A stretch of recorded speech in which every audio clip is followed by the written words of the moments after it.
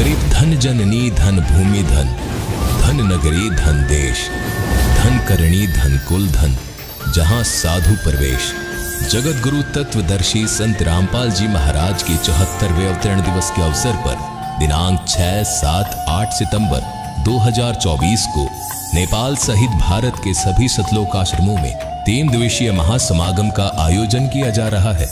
इस पवित्र अवसर पर 3 दिवसीय अखंड पाठ, विशाल भंडारा, विशाल सत्संग समारोह जैसे कई भव्य कार्यक्रम भी होंगे, जिसमें आप सभी नगर व ग्राम निवासियों को इस विशाल अद्वितीय भंडारे में सादर आमंत्रित किया जाता है। आयोजन स्थल का पता है सतलोक आश्रम धनाना धाम, सोनीपत, हरियाणा। इस कार्यक्रम का सीधा प्रसारण सुबह 9:15 बजे से दोपहर 12:15 बजे तक साधना टीवी चैनल, संत रामपाल जी महाराज यूट्यूब चैनल और स्पिरिचुअल लीडर संत रामपाल जी महाराज पर भी देख सकते हैं।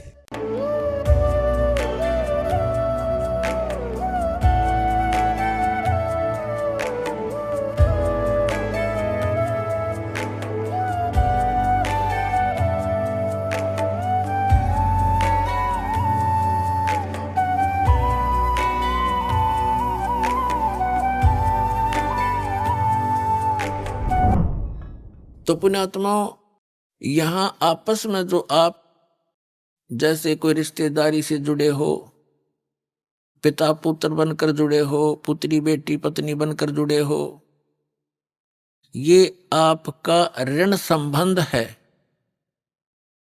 पिछला संस्कार है। कोई लेने आ रहा है अपने कर्जा, कोई देने आ रहा है।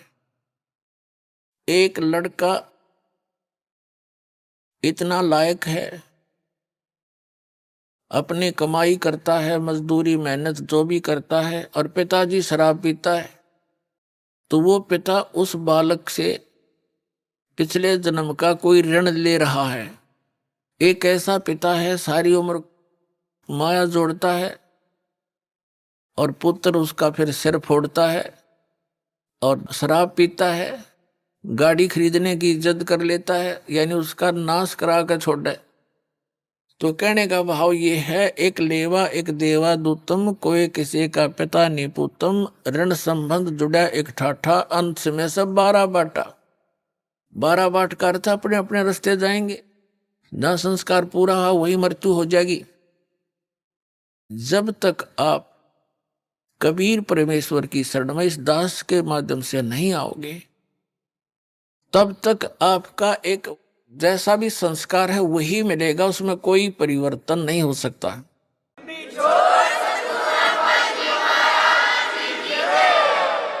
तो उसके आधार से आप अपना केवल ऋण ही चुका रहे होते हो। बेटा मर गया, माता पिता भाई बहन सब शेष बचे हुए टक्कर मारते रहते हैं, मारे जाओ। अब वो तो आने से रहा, उसका समय पूरा हुआ, उसका ऋण खत्म हुआ, जितना लेना था वो लेकर चला गया। ऐसे बहुत सी कथाएं हैं जो कथाएं नहीं, सच्चाई है।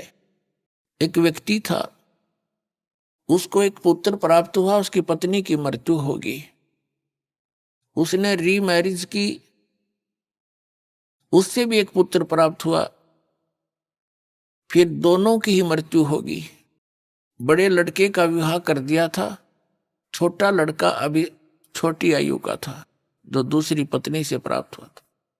तो दोनों की मृत्यु होगी, 2 बच्चे शेष रहे और बड़े लड़के का विवाह हो चुका था। कुछ दिनों के बाद वो छोटा जो लड़का था वो रोगी हो गया। उसके बड़े भाई ने, मौसी के बेटे ने बहुत कुछ इलाज भी करवाया कुछ दिन। फिर उन दोनों के मन में दोष आ गया। किसके? उस बड़े भाई और उसकी पत्नी के मन में। इसके हिस्से में लगभग 15-16 एकड़ जमीन है, मकान आते हैं। ये बीमार है, रोगी है, इसको कोई ऐसा विष दिलवा दे ये मृत्यु को प्राप्त हो जाए, क्यों पैसे खराब करे। उन्होंने उस वैद्य से संपर्क किया जो उसका ट्रीटमेंट कर रहा था। उसको लालच दे दिया कि उसने कहा मैं 500 रुपये लूंगा और इस काम न कर दूंगा। उसको 500 रुपये दे दिए। उसने ऐसी औषधि दे दी, विष डालकर के वो लड़का मृत्यु को प्राप्त हो गया। अब बात समाप्त हुई। भाई बच्चा बीमार था, मर गया, कोई ऑब्जेक्शन, कोई शंका किसी को नहीं हुई। लेकिन भगवान से कैसे छुपा देंगे हम। अब क्या होता है कि 1 वर्ष के बाद उनको पुत्र हुआ।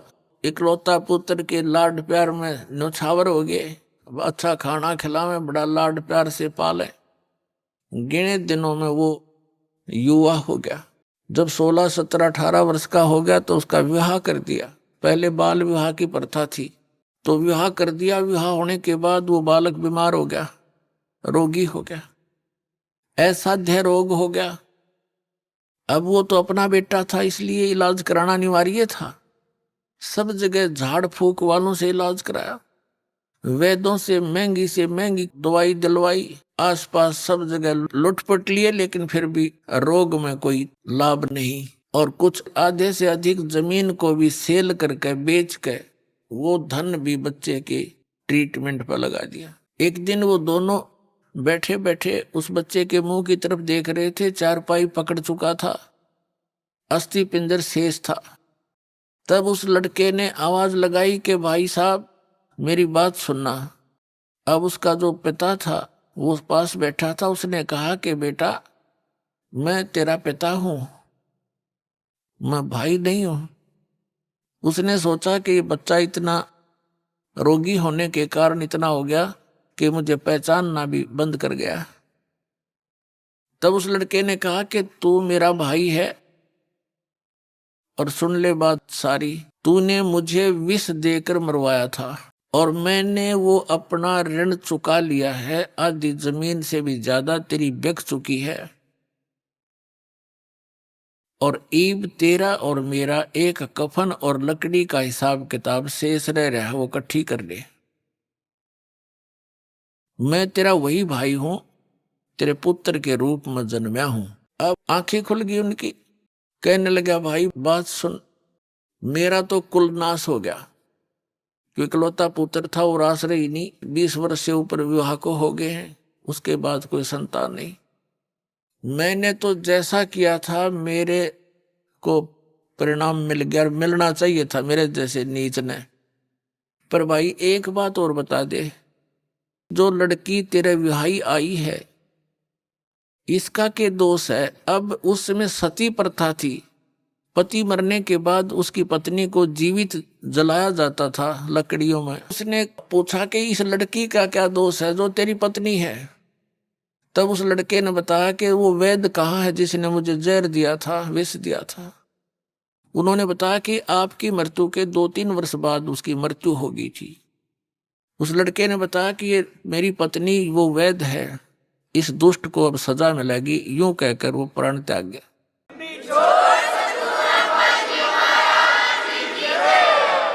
पुण्यात्माओं, ये 100 की 100 सत्य बातें हैं, क्योंकि जब तक हमें परमात्मा का डर नहीं होता हम इनको काना पर टाल देते हैं। कोई ये कह सोचता है कि वैसे कथाएं नहीं। कबीर साहब कहते हैं तुमने उस दरगाह का मैल नहीं देखा, धर्मराज के तिल तिल का लेखा। तो कहने का भाव ये है पुण्यात्माओं, फिर भी जो भी आपका ऋण संबंध जुड़ा है, परिवार है, बेटा है, बेटी है, माता पिता, भाई बहन है, अब इस ऋण को हमारे लिए तो ये भारी बात है। जैसे किसी का 1-2 लाख रुपया कर्जा हो, उसकी मित्रता किसी अच्छे सेठ साहूकार से हो जाए जिसका करोड़ों की संपत्ति हो, तो उसने उसके ऋण मुक्त करने में 2 मिनट लगेंगे। 2 लाख रुपया पकड़ा देगा, ले बेटा ले ले, हो जा तेरे जब दे दिए ना तो मत देना। ऐसे भी नेक पुरुष हुआ करते थे। तो ये समर्थ शक्ति कबीर साहब है। आपसे तो ये ऋण उतरा नहीं, क्योंकि जो विधान आपने अपना रखा है, जिस भगवान की आस लिए बैठे हो, वो तो आपका किया भोग कर ही समाप्त होगा, दुख भी और सुख भी, ऐसा नियम है। और इस परमात्मा का नियम है कि आपके पापों का नाश कर देंगे। पिछला संस्कार सब खत्म हो गया। वर्तमान का जो प्रारब्ध है उसमें परिवर्तन करेगा आपके में।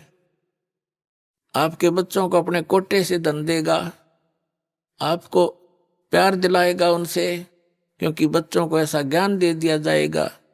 जिन बच्चों ने आपको सताना था, कोई चोरी करके जेल में जाना था, कोई डाके मारना थे, या शराब पी कर आपको तंग करना था, आपकी पुत्री ब्याही जाती है, दामाद दारू पी रहा होता है, पत्नी को लड़की को सताता है, माँ बाप भी रात को बैठकर चिंतित होते हैं। तो ये सब समस्याओं का समाधान, ये संस्कार आपके परमात्मा कबीर जी बदल देगा, तो आपका जीवन सुखी होगा।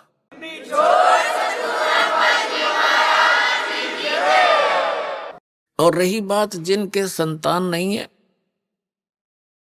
ये सत्कर मान लेना, उनका कोई ऋण शेष नहीं है। वो तो कति किनारे पे बैठे मोक्ष के पे, जब थोड़ी सी बुद्धि रखते हो तक, जब तक आप समाज ने देखोगे तो यही जूते खाओगे। सभी महापुरुषों ने कहा है कि लोक लाज मर्याद जगत की तन जो तोड़ बगावे, जब कोई राम भगत गत पावे। लोक लाज ना कीजिए निर्भय हो रहिए, यो मन संतों दीजिए तो गोविंद पाइए। जैसे मीराबाई से उसकी मां ने कहा था, सत्संग में जाना मीरा छोड़ दे, सत्संग में जाना मीरा छोड़ दे, हाय मारी लोग करे तकरार, सत्संग में जाना मीरा छोड़ दे, हाय मारी लोग करे तकरार, सत्संग में जाना मीरा छोड़ दे। मीराबाई ने एक का बात कही थी, सत्संग में जाना मेरा ना छोटेरी, सत्संग में जाना मेरा ना छोटेरी, हारी चाहे जड़ के मरो संसारे, सत्संग में जाना मेरा ना छूटेरी, हारी चाहे जड़ के मरो संसारे, सत्संग में जाना मेरा ना छूटेरी।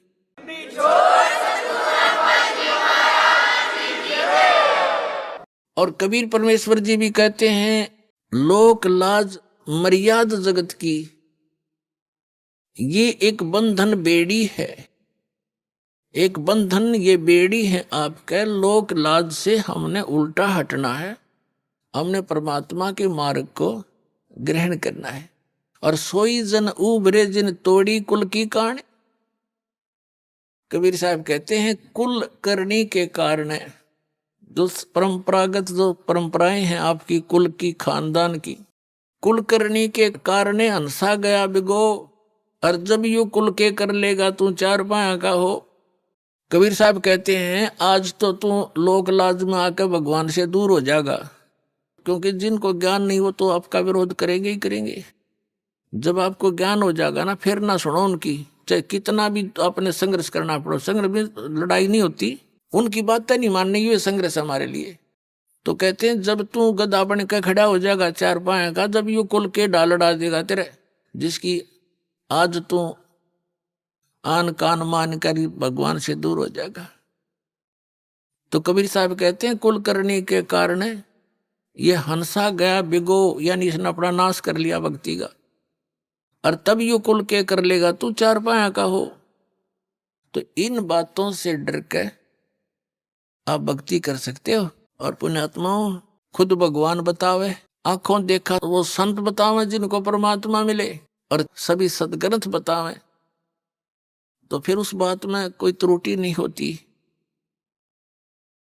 ऐसा प्रमाणित ज्ञान आपको इस चौथे युग में ही मिल सकता है, और इस चौथे युग का यही वो प्राइम टाइम है। और धन है आपके माता पिता जिनसे जन्म हुआ, आपका ऐसे समय में जन्म और ये मनुष्य जीवन और ये क्षेत्र पूरे विश्व में यदि वर्तमान में कोई अक्षेत्र बचा है तो भारतवर्ष का वो क्षेत्र है कुछ जिसमें अभी विकार अधिक घर नहीं कर पाए हैं, जैसे मांस, शराब, ये बकवाद।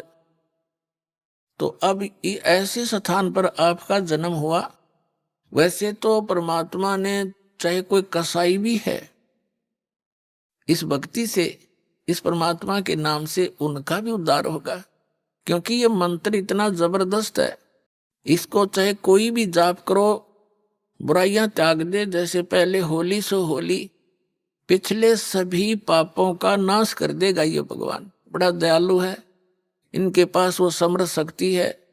ये मंत्र यथार्थ है, जिसकी थोड़ी भक्ति से भी घना लाभ आपको होगा।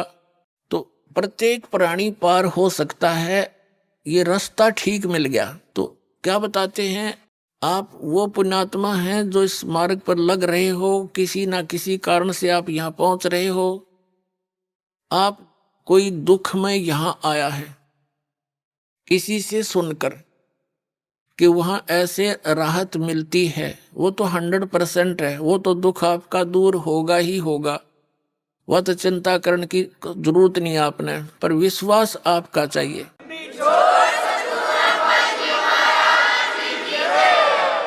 और जब तक दुख दूर नहीं होंगे तो भक्ति में रुचि नहीं बन सकती, कभी भी नहीं बने। और जब आपके एक संकट निवारण होंगे, आपकी आत्मा गदगद होगी और अधिक भक्ति करने दिल करेगा। आपको विश्वास दृढ़ होना चाहिए, मर्यादा में रहना पड़ेगा। जिस दिन आप इन परंपराओं के उलझन से निकलकर सतमार्ग ग्रहण करके और मर्यादा में भक्ति करना प्रारंभ कर दोगे, उस दिन तो आपको गिनती नहीं होगी कितने सुख आपको देगा भगवान। कई भक्त तो जो सब जगह दुख पाकर सब जगह भटक कर आए हैं और सब ठिकाने देख लिए, कहीं कुछ राहत मिली नहीं, तो वो तो समर्पित हो जाते हैं आते ही, उनको राहत भी तुरंत मिलनी प्रारंभ हो जाती है। वैसे तो बहुत से भक्त हैं जिनको राहत मिल रही है। एक इधर बिहार साइड से एक MBBS डॉक्टर है, वो आए हुए हैं भक्त यहाँ पर। उसकी बिटिया को इतना भयंकर रोग, सब जगह दिखा लिया उसने, सब जगह, क्योंकि पैसे भी बतेरे थे, खुद भी MBBS डॉक्टर था। सभी जैसे अपोलो वगैरह जो अपने दिल्ली के अंदर हैं उनमें भी, और बीमारी न्यो की न्यो सब इलाज करा लिया, ढेर सारी गोलियां खावे, पीड़ा ज्यों की त्यों। किसी ने बता दिया दुखी प्राणी मान ही लेता है। उसने ये भी देख लिया था कि मैंने कोई ठिकाना नहीं छोड़ा, सब जगह जा लिया, जो मर्यादा बताई सारी स्वीकार करी, और हफ्ते पीछे लड़की स्वस्थ होगी।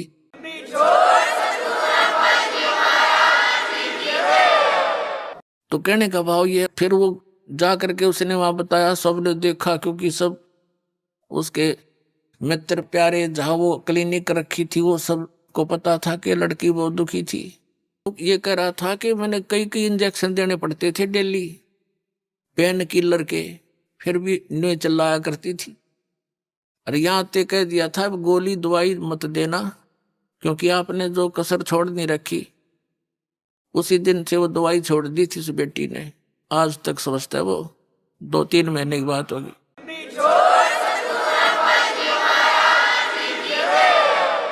पुण्यात्मा, जहां तक मेडिसिन यानी दवाई का जो काम है वो अपना अपने स्तर पर ही कर सकती है, और जो संस्कार में जो दुख है वो मेडिसिन से दूर नहीं हो सकता, वो आध्यात्मिक पीड़ा है, तो आध्यात्मिक शक्ति से ही ठीक होती है वो। तो यहाँ हर तरह से सुविधा है, आपका प्रत्येक रोग भी नाश होगा। आपके ऊपर कोई कर्ज है उसकी भी ऐसी व्यवस्था कर देगा यो कबीर भगवान, आप सोच नहीं सकोगे, ये सत्कर मान ले।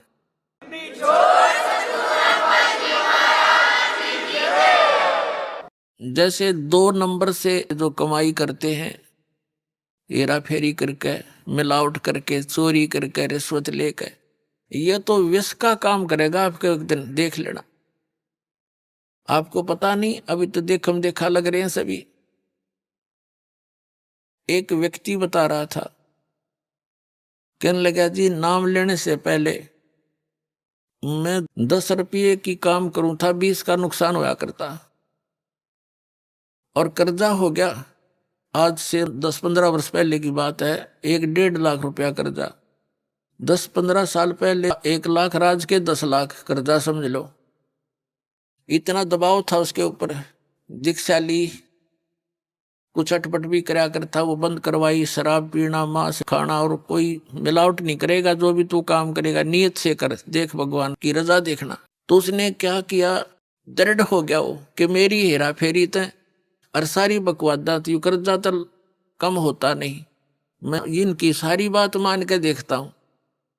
1 वर्ष के अंदर अंदर क्या हुआ, उसका एक मित्र था, उसके पास कुदरती चला गया। 2-3-4 वर्ष के बाद मिला था उससे। उसने कहा तू एक काम कर कि मेरी यहां से ट्रांसफर होगी। उसका मित्र था, कोई अधिकारी था, और एक प्लाट है मेरा यहाँ पर, इसको तू ले ले। वो कह रहा था, मैंने कहा मेरे पास पैसा तो एक भी नहीं है। कहना फिर दे दिए, तू इसको ले ले, संभाल लेगा, मैं जाता हूं दूर, और ये मेरी पत्नी का नाम है, तू अपने नाम करा ले। पैसे दे दिए जब हो तेरे पे। अब उसने उसके नाम, अपने मित्र के नाम प्लाट करा दिया। कुछ उसकी इंक्वायरी की समस्या थी। अब परमात्मा 100 कारण बना दिया अपने भगत के लिए कि 4 महीने के बाद क्या हुआ, उसके साथ से एक बाईपास निकल गया। पहले वो 100 रुपये रेट था, तो जब 400-500 हो गया एकदम। वो कहने लगा जी, उसके 5-6 महीने के बाद एक व्यक्ति आया, प्रॉपर्टी डीलर, वो नाम नूम देख के किसका है, उसने कहा प्लाट बेच ले। भाई ले ले। मैंने बेचना था नहीं अभी, मैं सोचू था और बड़ी कीमत हो जा।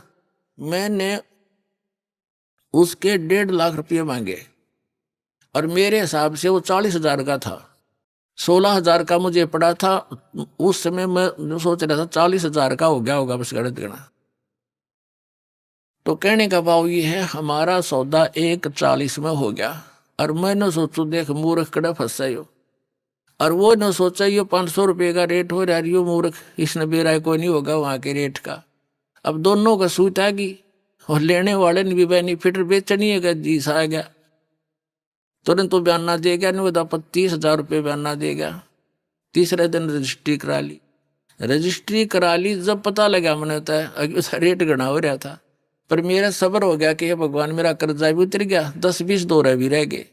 तो परमात्मा कहते 100 साल सीधर मैं करूं अपने जन के काज, और उसका मित्र का भी दे दिया उसमें। तो ये परमात्मा जो व्यवस्था करेगा, जीव नहीं कर सकता उसको। ये पल्ला गांठ लगा लियो अपने।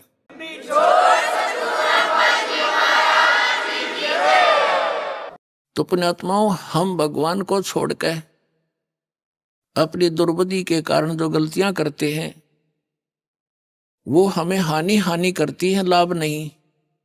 और अब रही बात, उसको इतना विश्वास हो गया, फिर तो माया वापस हटता है इंसान जब इसकी सच्चाई का पता लगता है। तो पुण्यात्माओं, परमात्मा साथ है तो माया तो उसकी छाया की तरह साथ रहेगी आपके, यहां कमी नहीं रहने देगा आपको। ये समर्थ शक्ति है। कहते हैं जैतन राजपाट भी चाहिए, हमारा धर ले ध्यान। वैसे तो हमने राजपाट की आवश्यकता नहीं, सबसे बड़ा हानि का सौदा है जो राजनीति में जाते हैं, वो अपना जीवन नाश करते हैं। भक्त को राजनीति के आसपास भी नहीं जाना चाहिए।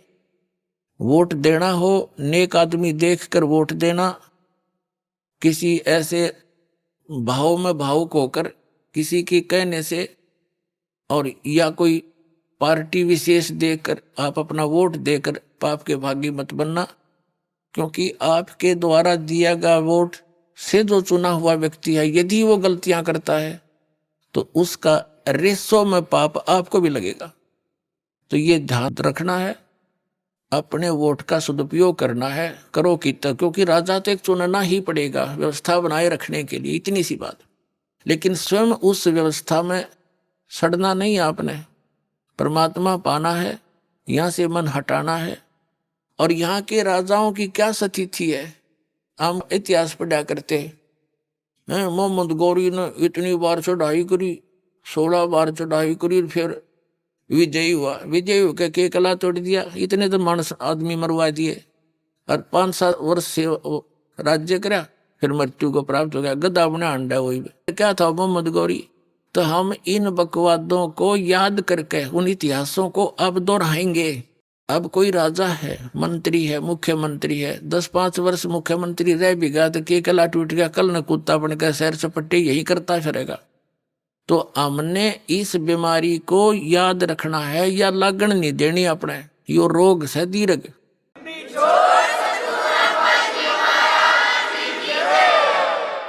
अब जैसे क्या याद दिलाते परमात्मा, सर्व सोने की लंका थी वो रावण से रणधीरम, एक पलक में राज विराजी जम के पड़े जंजीरम, मन तू सुख के सागर बसरे भाई और न ऐसा यसरे। जैसे कोई अच्छा राजनेता हुआ है और उसकी मृत्यु के उपरांत उसकी यादगार में उसका स्टेच्यू बना दिया, मूर्ति कोई पत्थर पीतल की, 1 वर्ष में उसका सत्कार करने जाते हैं, राजनेता माला डाल देते हैं, दीप जला देते हैं, उसकी आरती उतार देते हैं, और शेष समय में मनमाना वही राजनेता और कौवा बड़का अपने स्टेच्यू पर ऊपर बैठ कर बीट करता हो सिर पे।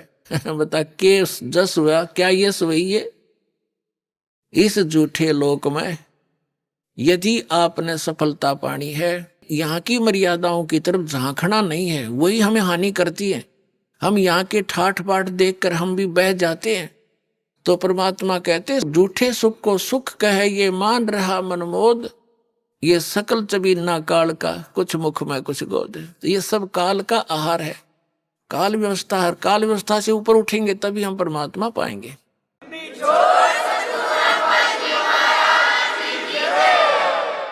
अब क्या बताते हैं परमात्मा, क्या मांगो कुछ थिर ना रहाई, और देखत नैन चला जग जाई, 1 लख पूत 1.25 लाख नाती, उस रावण का आज दीवान बाती। हम एक पुत्र प्राप्ति के लिए खड़दू उतार देते हैं, संतान हो जा, संतान हो जा। कोई बात नहीं, परमात्मा अगर चाहेगा तो वो भी आपको अवश्य देगा, लेकिन इस ज्ञान को आधार बना के आप अपना जीवन सफर तय करो, तभी आपको लाभ होगा। यहाँ ऐसे प्रमाण हैं, एक बहन को 27 वर्ष हो गए थे ब्याह हुए न, कति आस छूट ली थी, यही आई हुई है वो। अब पिछले वर्ष 2 कन्या दे दी उसको, 2 लड़कियां। नो बोली जी घनी खुशी होगी, मनता कन्या मिल गई, यानी अब उसने केवल वह मांगी भगवान तय, ई भगवान मांग ले दूसरी बात से, पर अब तक तो वह 2-3 साल से थी, यही मांग करी थी। एक बहन का 57 वर्ष की आयु होगी थी, एक लड़की होकर फिर कोई संतान नहीं थी। लड़की का विवाह हो लिया था, दोता दोती हो गए थे उस लड़की का, यानी बच्चे हो गए थे। उसके बाद उसने नाम लिया, यह डिमांड रटलाएं रखी, 57 साल की उम्र में लड़का दे दिया भगवान ने। अगले तो ये खिलौना मांगा था।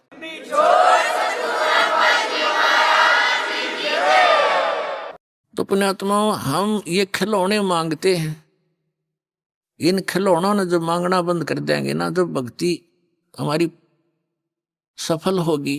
कबीर साहब कहते हैं, होले सुहागण सुरता त्यारे, मालिक गिरी जाना है तो होले सुहागण सुरता त्यारे, मालिक घर जाना है तो होले सुहागण सुरता त्यारे, मालिक घर जाना है तेरा सोन सखर बरतार, मालिक घर जाना है। क्या बताते हैं, सुरता यहाँ आत्मा को कहा जाता है कि होले सुहागण सुरता त्यार, तूने मालिक घर जाना है।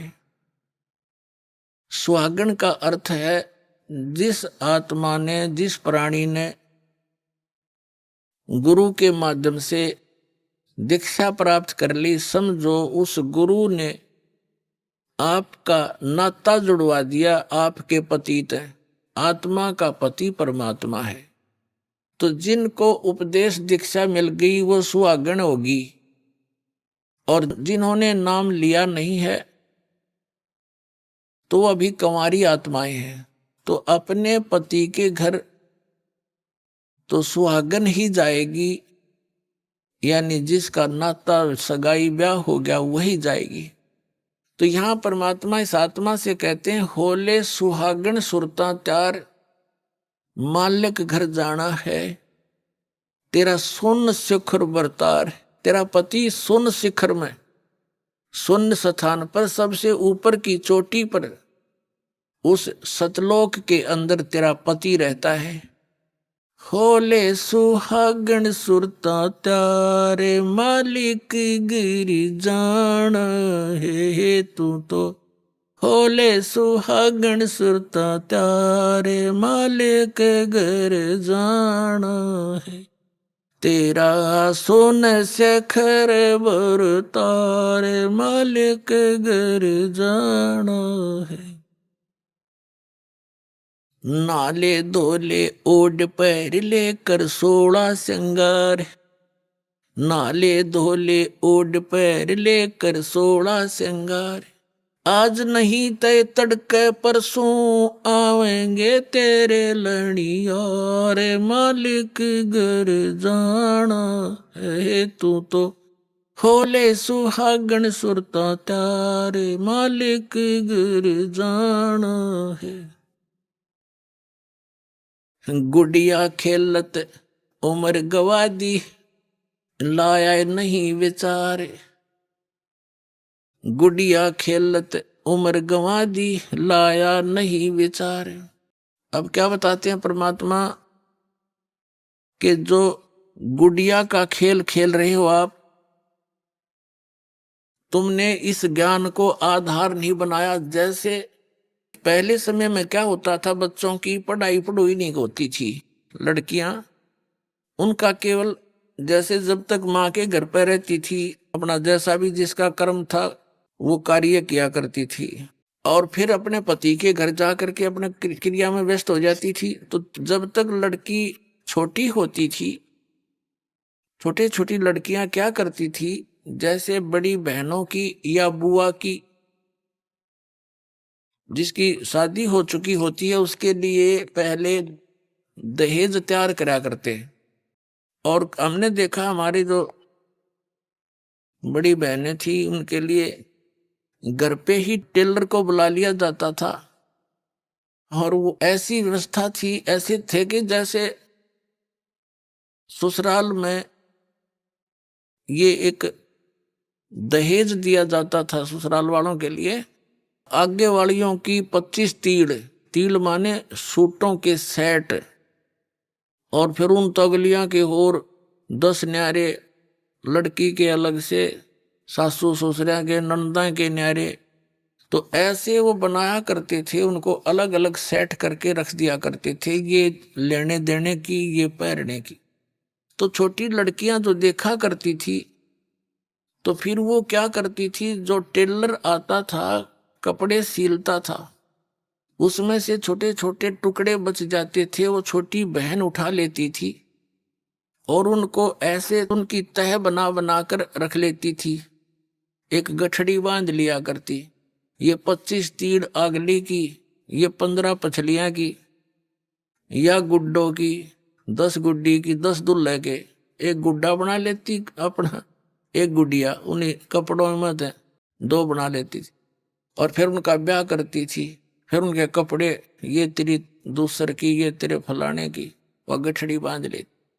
और उसके उस चीथड़ों में से कोई दूसरा भाई बहन एक आध चीथड़ा निकाल लेता, वो टुकड़ा रो रो कर रोदन मचा देती। वह उसको कोई पूछता, बेटी क्यों रो रही है बहन, तो वह कहा करती, हाय मेरा सूट निकाल लिया, हाय मेरा सूट निकाल लिया।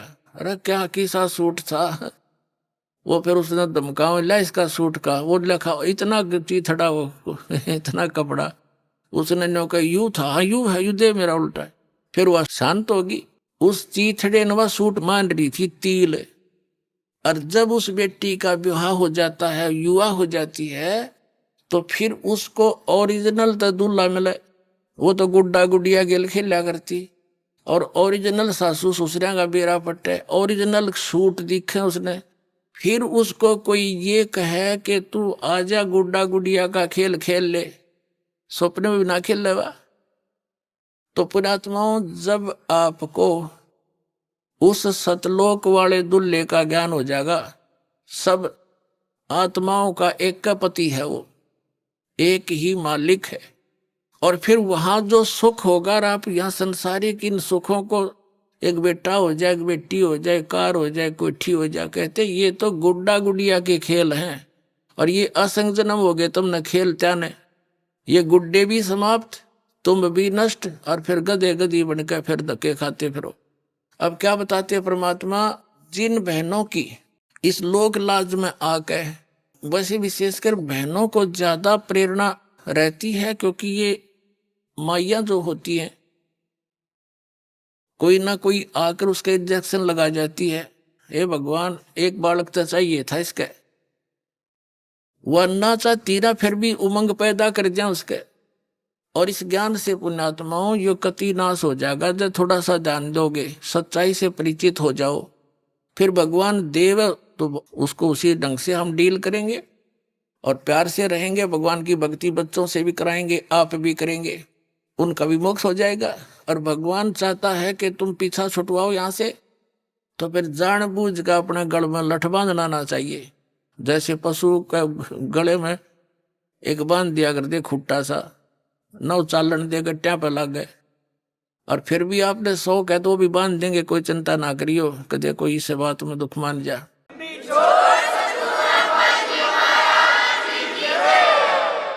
तो कहने का भाव ये है कि परमात्मा चाहता नहीं कि इस बेटी को क्यों फांसी लाऊं, क्यों खाम का।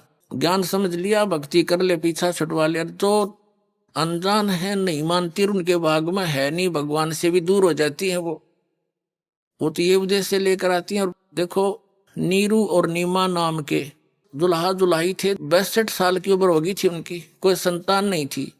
परमात्मा ने उनको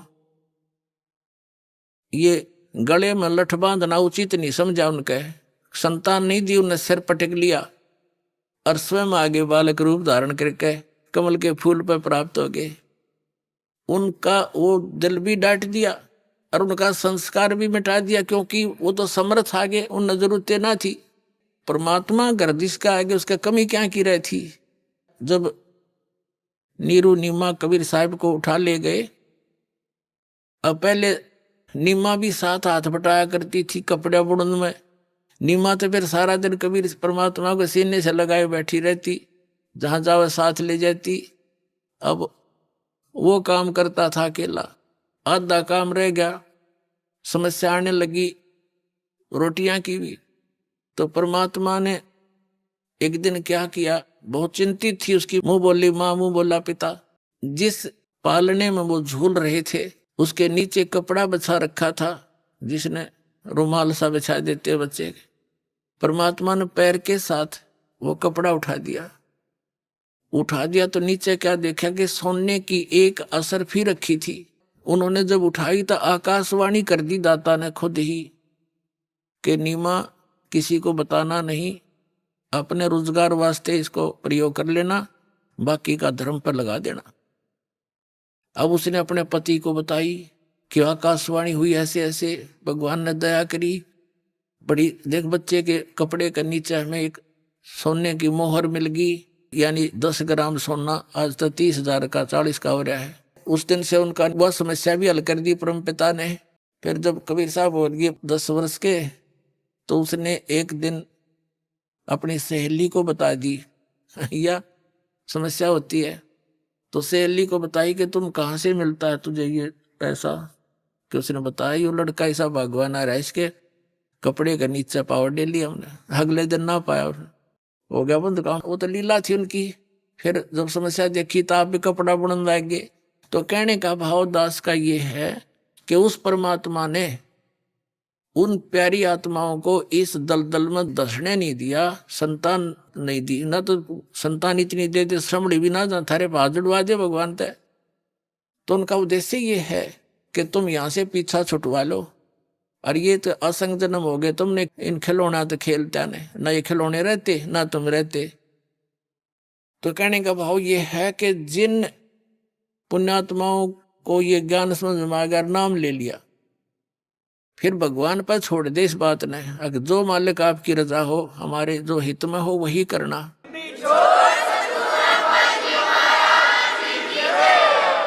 फिर भी जो उद्देश्य यही लेकर आते हैं, तो मालिक नहीं चाहता कि इनको क्यों फांसी डालूं, और वो नाम त्याग जाते हैं और धक्के खाते हैं। मिलना तो उनको कुछ है ही नहीं। तो फिर क्या होता है, उस बहन के साथ क्या बीतेगी। परमात्मा कहते हैं कि यो काल ऐसी दुर्गति करेगा आपकी, वो बहन की मृत्यु हो जाएगी इसी दुख में। हे भगवान मेरा बालक ना होए, हे भगवान मेरे बच्चे ना होए, तो इस तड़फ में वह मर जाती है। तो काल तो विलियन है, ये तो खलनायक है। ये क्या करता है कि ले अब के तेरे को बच्चे बच्चे दे देता हूं, अगले जन्म में उसको कुतिया की योनि मिलती है। एक टाइम में वह 8 बच्चे पैदा करेगी, फिर नु कहेगा ले तू बच्चे पैदा करके छक ले। तो वह दुर्गति जाकर वाई खड़ी कर ली, अपने जी ने साका पैदा कर लिया समस्या। और परमात्मा कहते हैं होले सुहागण सुरता त्यारे मालिक गिर जाना है हेतु। तो होले सुहागण सुरता त्यारे मालिक गिर जाना है तेरा। सुन शेखर बर तारे मालिक गिर जाना। नाले दोले ओड पैर लेकर 16 श्रृंगार, आज नहीं तय तड़के परसों आवेंगे तेरे लड़िहारे मालिक गिर जाना है तू। तो होले सुहागण सुरता त्यारे, तेरे साथ की कितनी जाली तू क्यों लारी वार। तेरे साथ की कितनी जाली तू क्यों लारी वार। गुड़िया खेलत जन्म गवाया लाया है नहीं विचारे मालिक गिर जाना है तू। तो होले सुहागण सुरता त्यारे है तेरा। सोन शेखर बर तारे, सतगुरु मारे बानिया है करते बनज व्यवहार। सतगुरु मारे बानिया है करते बनज व्यवहार। बिन डांडी बिन पालड़े है तोले दिया संसारे मालिक घर जाना है। तू तो होले सुहागण सुरता त्यारे है तेरा। सोन शेखर बर तारे मालिक गिर जाना। सोन शेखर में सेज पिया की हंसे हंस कर ले प्यार। सोन शेखर में सेज पिया की हंसे हंस कर ले प्यार।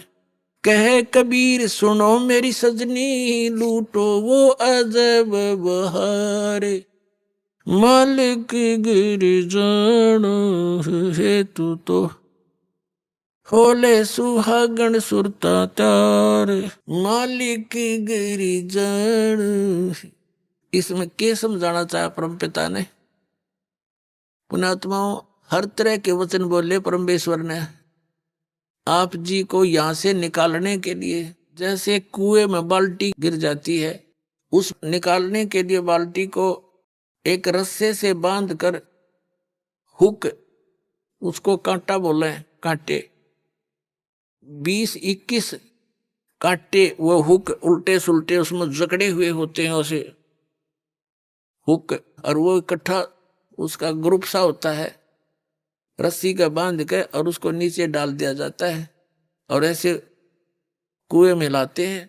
बाल्टी को तो एक ही हुक में अटक जाना था, लेकिन वो 10, 15, 20, 21 डाल दिए।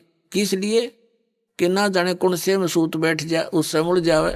अभी आपने सुने संत रामपाल जी महाराज के मंगल प्रवचन। आइए अब सुनते हैं संत रामपाल जी महाराज जी से नाम दीक्षा लेकर सतभक्ति करके अद्भुत लाभ प्राप्त करने वाले अनुयायियों के विचार। दर्शकों, आज समाज में नैतिकता और अच्छे संस्कारों का पूर्ण रूप से पतन होता जा रहा है। लोग नशे और बुरी संगत में फंसकर ऐसे घिनौने कर्म कर बैठते हैं जिसका खामियाजा पूरे समाज को भुगतना पड़ रहा है। वहीं दूसरी ओर एक ऐसा भी वर्ग सामने आया है जो तत्वदर्शी संत रामपाल जी महाराज जी के तत्व ज्ञान को अपने जीवन में गहराई से उतार रहे हैं। लाखों लोग बुरे कर्मों को छोड़ अच्छे संस्कारों को ग्रहण कर रहे हैं और धरती पर स्वर्ग जैसा माहौल बनाने की ओर अग्रसर हो रहे हैं। इसका ही जीवंत उदाहरण बने हैं संत रामपाल जी महाराज जी के ही एक अनुयायी बदरपुर दिल्ली के रहने वाले अमित कुमार जी। ये पहले बहुत ज्यादा नशा करते थे, बुरी आदतों के आदी हो चुके थे और गलत संगत में फंसकर अपना मानव जीवन नष्ट कर लिया था। इसके साथ ही इनके परिवार में भी दुखों की कमी नहीं थी। बहन की मृत्यु हो गई तो वहीं पापा जी को जानलेवा बीमारी टीबी हो गई थी। पर हैरानी की बात तो ये है कि जब से इन्होंने संत रामपाल जी महाराज जी का सत्य आध्यात्मिक ज्ञान ग्रहण किया है, तब से ये एक सभ्य व्यक्ति बन चुके हैं और सर्व प्रकार के दुख कष्टों से निजात पा चुके हैं। दर्शकों, अब आपको सुनाते हैं इन्हीं के मुख से इनकी दुखमय से सुखमय जीवन यापन की सच्चाई। नमस्कार सर। नमस्कार सर साहब जी। सर क्या नाम है आपका? सर मेरा नाम है अमित यादव। सर कहाँ से हैं आप? सर मैं दिल्ली बदरपुर से आया हूँ सर। सर क्या काम करते हैं आप? सर मैं दवाइयों का काम करता हूँ, सप्लाई का। सर संत रामपाल जी महाराज से नाम दीक्षा आपने कब ली? सर मैंने संत रामपाल जी महाराज से 2014 जनवरी में नाम दीक्षा ली। सर संत रामपाल जी महाराज से नाम दीक्षा लेने से पहले आप क्या भक्ति साधनाएं करते थे?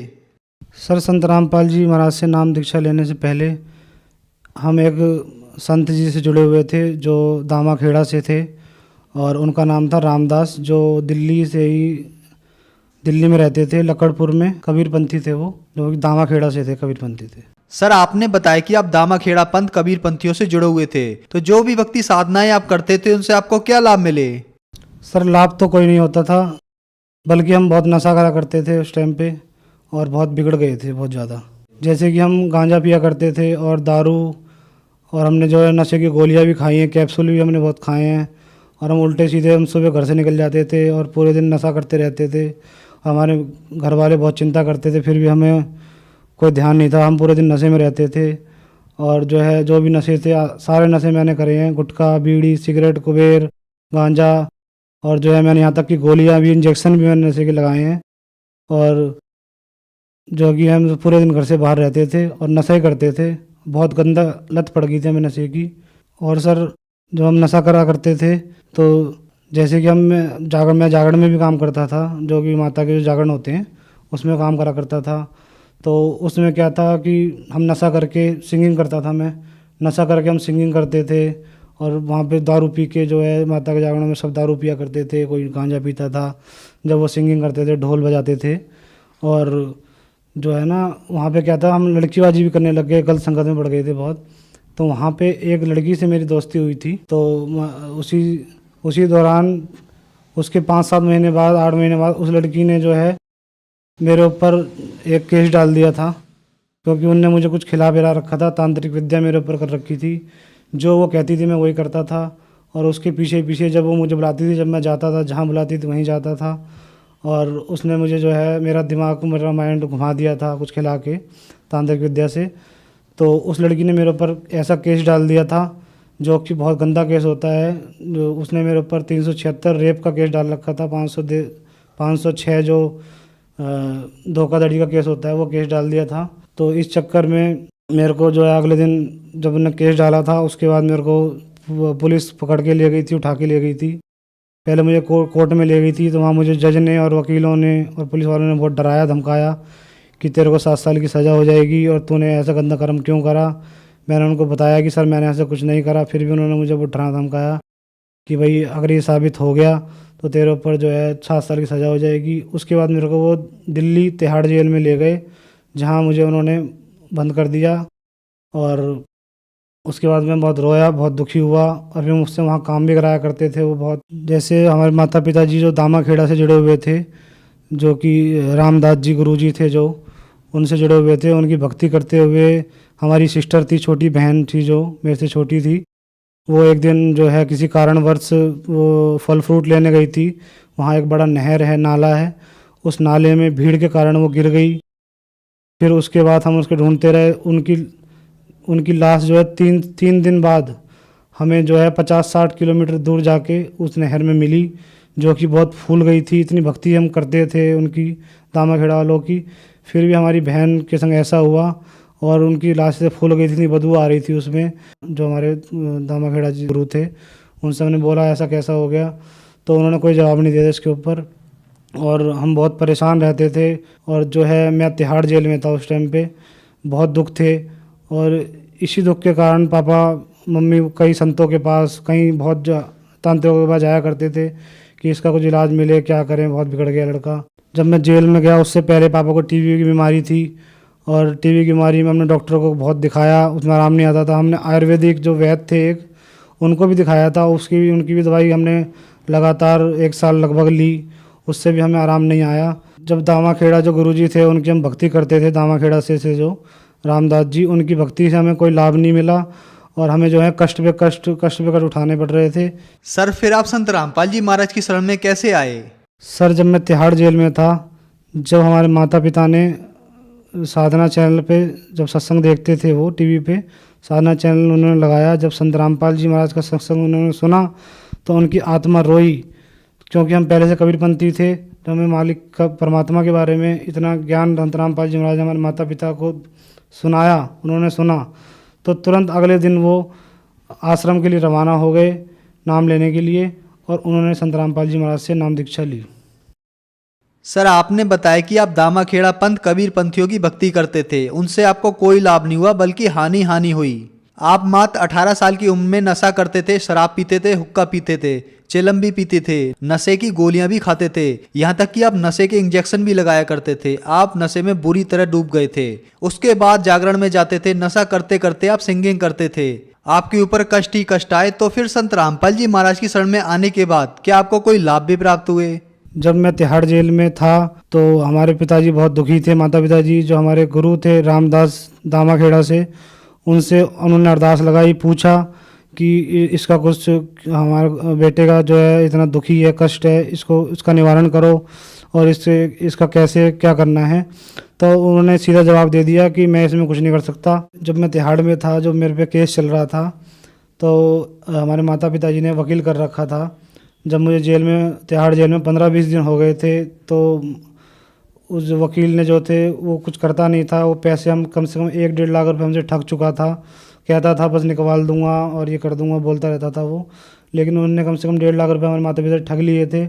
जब सदगुरु रामपाल जी महाराज से हमारे माता पिताजी ने नाम लिया, उसके बाद लगभग 5-7 दिन बाद जब मेरी मिलाई के दिन था, उस दिन माता पिताजी मेरे से मिलने आए, तिहाड़ जेल में, दिल्ली में है जो।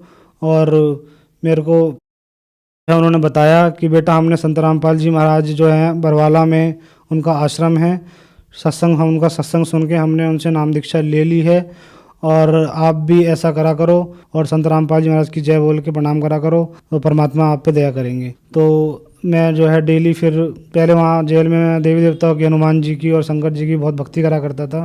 फिर हमारे पिताजी ने जब से मना कर दिया, मैंने वो छोड़ दी और मैं प्रणाम करने लग गया, संत रामपाल जी महाराज से गुहार लगाने लग गया, परमात्मा से प्रार्थना लगाने लग गया, परमात्मा मुझे बचाओ। और उसी के 4 दिन बाद रात का समय 8 बजे था, जब मैं बैरिंग के अंदर था और मैं बहुत माता पिता की याद आ रही थी और मैं उस टाइम रो रहा था, तो मेरी आवाज़ लगाई, जो वहाँ पुलिस वाले होते हैं उन्होंने आवाज़ लगाई अमित यादव के नाम से। तो मैं उठा, तो मैंने सोचा क्या हो गया, क्या मुझे और कहीं ले जा रहे हैं या मुझे मारेंगे। मैं बहुत डर गया था। लेकिन उन्होंने बोला कि भाई तेरी जो है बेल हो गई है और 9 बजे तेरे को जो है बाहर चले जाना, उन्होंने बोला था बाहर छोड़ के आएंगे 9 बजे। उस टाइम फिर मैं बाहर आया, फिर मेरे माता पिताजी मुझे मिले, बहुत रोए थे माता पिताजी और मुझे घर ले गए। फिर अगले दिन मुझको बरवाला आश्रम संत रामपाल जी महाराज के पास ले गए, जहाँ मैंने सतगुरु रामपाल जी महाराज की दया से नाम दीक्षा ली। हमारे वकील थे जो, उन्होंने मुझे साइड में ले जाके बताया और तेरे को बाज्यत बरी होगा तू, और ये मेरे बस की बात नहीं है, ये तुम्हारे जो गुरु हैं संत रामपाल जी महाराज उनकी कृपा है। और ऐसे बहुत केस होते हैं, जितने भी केस हम पे आए हैं उन केसों में सब पे सजा होती है, लेकिन तेरा एक ऐसा केस देखा है तेरे गुरुजी की दया से जो तू बाइज्जत बरी हो जाएगा। और मैंने फिर पूछा वकील साहब से, मैंने वकील साहब क्या हुआ, तो उन्होंने बोला बेटा तेरी गुरुजी की दया से तू बाइज्जत बरी हो गया है और ये तेरी गुरुजी की दया है और इसमें हमारा कोई सहयोग नहीं है, संत रामपाल जी महाराज ने किया है। जब मैं संत रामपाल जी महाराज से नाम दीक्षा नहीं ली थी, उससे पहले मैं बहुत नशा करा करता था, नशे में पूरा घिर चुका था। उससे मेरे मम्मी पापा रिश्तेदार सब परेशान थे। जैसे मैं दारू भी पिया करता था और गांजा अफीम, और मैंने जो है गोलियां भी नशे की खाई है, इंजेक्शन भी मैंने लगाए, और गुटखा बीड़ी मैंने कुछ नहीं छोड़ा, जो भी नशा है सब नशा मैं करता था और मेरा बुरा हाल हो चुका था। मैं सूख के एकदम जैसे मरने की तरह हो जाते हैं, बिल्कुल सुकुड़ा पतला सा हो गया था। और मुझे सब चिढ़ाया करते थे रिश्तेदार, मुझे हमारे माता पिता को बोला करते थे कि ये मर जाएगा। और जब मैंने संत रामपाल जी महाराज से नाम दीक्षा ली तो ये सब नशे मेरे छूट गए और मुझे बहुत अच्छा मालिक की तरह से जीवन मिला। मैं एक लाभ और बताता हूँ कि जब मेरी शादी हुई थी तो उसके बाद 1 साल हो गया, धीरे धीरे 2 साल हो गए, तो हमारे जो है बच्चे नहीं होते थे। तो 2 साल बाद हमें कई लोग बोलते भी थे, जैसे बोलने लग जाते हैं आस पड़ोसी या रिश्तेदार। तो हमारी वाइफ को भी बोलने लग गए थे, जो उल्टा सीधा आजकल समाज में बुराइयाँ फैली हुई हैं, ऐसे बोलने लग गए थे। तो हमने फिर सोच विचार करा, आगे फिर डॉक्टर को जो है दिखाया था। फिर डॉक्टर ने जो है टेस्ट किए थे तो उसने बताया था कि आपके जो है बच्चा नहीं हो सकता है। और क्योंकि आप फिर मेरे से पूछा था उन्होंने क्या क्या नशा करते थे, तो मैंने बताया था जैसे मैं गांजा पीता था और दारू भी पीता था, और मैंने जो है कैप्सूल खाए नशे के, इंजेक्शन भी लगाए हैं। तो उन्होंने बोला था कि जो धूम्रपान आप करते थे नशे की वजह से आपके कीटाणु जो है नील हो गए हैं और इसकी वजह से आप बाप नहीं बन सकते। तो जब मैंने संत रामपाल जी महाराज से उसके 1 साल बाद, मतलब शादी के 3 साल बाद, जब मैंने संत रामपाल जी महाराज से नाम लिया और मालिक से हृदय में अपने प्रार्थना लगाई मालिक से, तो फिर संत रामपाल जी महाराज की दया से फिर मेरे लड़का हुआ। और उसके 1 साल बाद ही मेरे एक मालिक की दया से एक लड़की भी हुई संत रामपाल जी महाराज की दया से। और मुझे और भी कई लाभ हुए हैं, जैसे हमारी मम्मी थी, उनके मम्मी के ऊपर जो हमारी बहन नहर में गिर गई थी, उनको जो उनकी आत्मा थी जो उन्हें परेशान करा करती थी, घर में बर्तन फेंकती थी, हमारे पापा मम्मी को हमें मारती थी, उनके ऊपर आ जाती थी और वो बहुत दंगा करती थी घर में और सारा सामान तोड़ देती थी। तो हम उनको नाम दीक्षा लेने से पहले, संत रामपाल जी महाराज से नाम दीक्षा लेने से पहले, हम उनको एक सहारनपुर में कोई तांत्रिक बैठते हैं उनके पास ले गए थे। तो उन्होंने हमें बताया था कि मैंने आपकी जो लड़की है उसकी आत्मा को बांध लिया है और अब ये नहीं आएगी। फिर हम घर आ गए थे, उसके 3 दिन बाद वो फिर आ गई और फिर वैसे ड्रामा करने लगी। और इससे हमें निजात जब मिली, जब हमने संत रामपाल जी महाराज से नाम लिया, जब से मम्मी बिल्कुल ठीक हैं और परमात्मा की सेवा करती हैं, भक्ति करती हैं। सर, जो समाज आज आपको देख रहा है, आप उन्हें क्या संदेश देना चाहते हैं? मैं सभी भगत समाज को यही संदेश देना चाहता हूँ कि पूर्ण परमात्मा धरती पे आ चुके हैं और संत रामपाल जी महाराज का सत्संग सुने साधना चैनल पर और ज्ञान को समझें, गीता वेदों में मिलाएं, किसी का कहना ना माने, किसी गुरु के चक्कर में ना पड़ें। गीता वेदों में संत रामपाल जी महाराज जो बताते हैं उनको मिलाएं और सतगुरु रामपाल जी महाराज से नाम दीक्षा लेके अपना कल्याण करवाएं। सर, आज का युवा नशे में लिप्त है। नशा एक बहुत बड़ी बीमारी बनता चला जा रहा है। आप भी बहुत सारा नशा करते थे और जो लोग नशा करते हैं और बहुत सारे पैसे खर्च करने के बाद भी वे अपना नशा नहीं छोड़ पा रहे हैं, तो क्या संत रामपाल जी महाराज से उनका नशा छूट सकता है? हाँ जी, जैसे मैं नशा करा करता था, संत रामपाल जी महाराज की दया से मेरा नाम दीक्षा लेते ही सारा नशा छूट गया। ऐसे ही जो मेरे भाई और बुजुर्ग जो भी हैं जो नशा करते हैं, उनको मेरा संदेश है संत रामपाल जी महाराज की दया से कि जो है नशे को त्यागें और संत रामपाल जी महाराज से नाम दीक्षा लें। और संत रामपाल जी महाराज से नाम दीक्षा लिए बिना आपको नशा नहीं छुड़वा सकते। सरकार भी बहुत सी अभियान चलाती है नशे के ऊपर। और लेकिन उसमें कुछ फ़ायदा नहीं होता। अगर नशा छूट सकता है तो सिर्फ संत रामपाल जी महाराज की शरण में आके नशा छूट सकता है, अन्यथा कहीं नहीं। सर संत रामपाल जी महाराज की शरण में कैसे आ सकते हैं? चैनल पर संत रामपाल जी महाराज का सत्संग आता है, जिस सत्संग में नीचे पीली नंबर प्लेट पे जो है नंबर आते हैं, फ़ोन नंबर आते हैं, उन पे फ़ोन करके आप नामदान सेंटर के जगह जगह हर क्षेत्र में, हर ज़िले में संत रामपाल जी महाराज के नामदान सेंटर खुले हुए हैं, वहाँ से आप नाम दीक्षा लेके अपनी भक्ति करें और अपना कल्याण करवाएं। धन्यवाद सर। धन्यवाद सत साहिब जी।